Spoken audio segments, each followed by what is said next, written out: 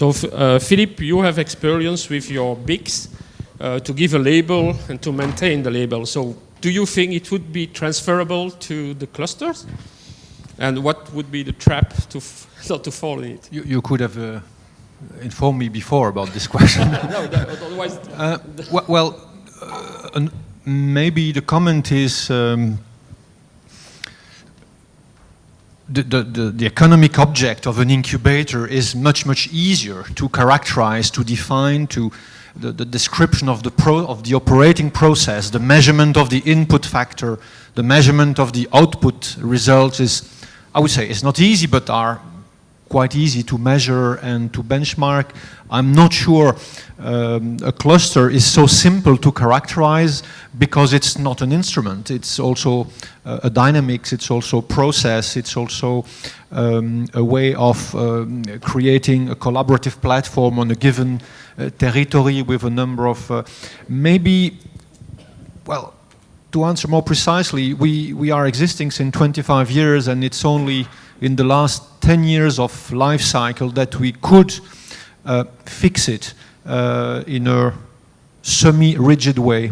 So maybe don't jump too early in the process of the professionalization of clusters into a too rigid characterization. And I understand the pressure from policy makers and public donors to have a set of criteria that can immediately, quickly measure the cost-benefit ratio, measure the impact, measure the governance, etc., etc. But I think due to the diversity of the schemes of deploying clusters, due to it's not a new issue, it's at least 25 years old concept, but don't rush into something that could, and there was a Swedish lady who said something very valid, that could, by giving too much leadership and rigidity to the measurement, that could kill a little bit the dynamics, which is infiltrated at all levels. And I think personally that is very good, even though the result is a fragmentation, sometimes a lack of critical mass. Of course, all this is also true, but it requires to think about it. There is no superior agency ruling and certifying the world of support services providers. I think our little experience is interesting because it was designed, tested, criticized, destroyed, rebuilt, and deployed by the peers for the peers.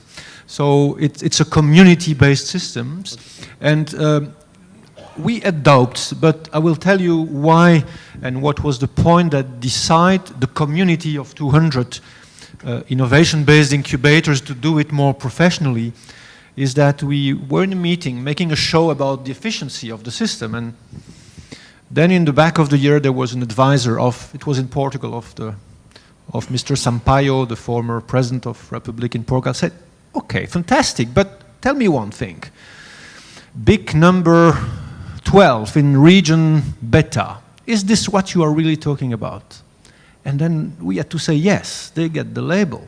But the community didn't manage to protect the integrity of the label altogether. It doesn't mean only working for 5 nanogenomics incubators world class. It doesn't mean that particularly. It means that we have to be serious, and the most important is collectively that in this case, the incubator, or in this case, the cluster community, bit by bit, little by bit, increase the bottom line of the community and increase the level of the common denominator and takes courageous decision. But I don't think the Commission should do that. I don't think government should do that. I really think that a non-governmental organization representing the dynamics of the professionals of clusters, should do that. Okay.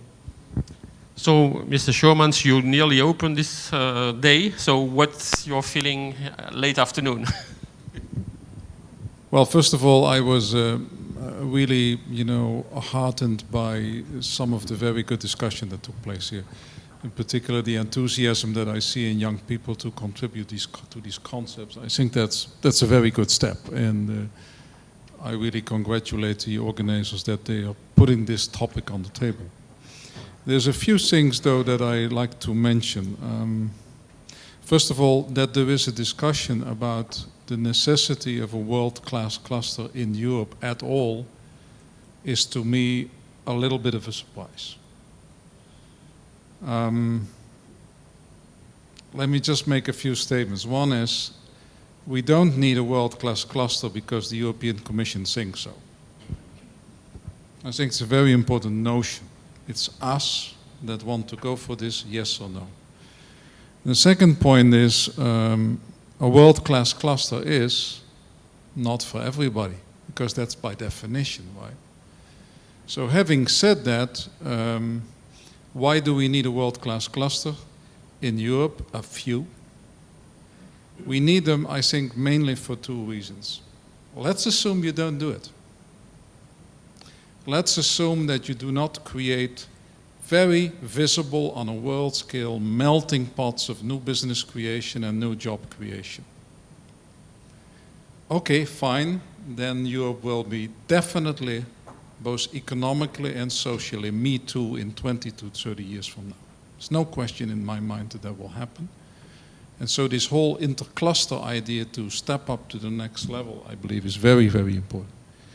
The second reason is Europe is not particularly rich on centers that are very big attraction points to young people, where young people get excited, where they like to stay and work here, where they do not, go to the United States or other places. And also this is a very, very important point. Now, having said that, I don't know, should I say this? I'm going to say it anyway, right? What I notice in the discussion is very much, and I have been in many of these discussions as well, there is a sense of we have problems to do this, and there is a problem to do that, and maybe we can do this, but this is also difficult, and we should all be equal. And this, to me, is killing us, it's killing Europe. You can do anything you like to do, but you have to shape up and act. And that is what I really would like to recommend to you. Forget all the discussion, forget all the details, just get and go do something, right?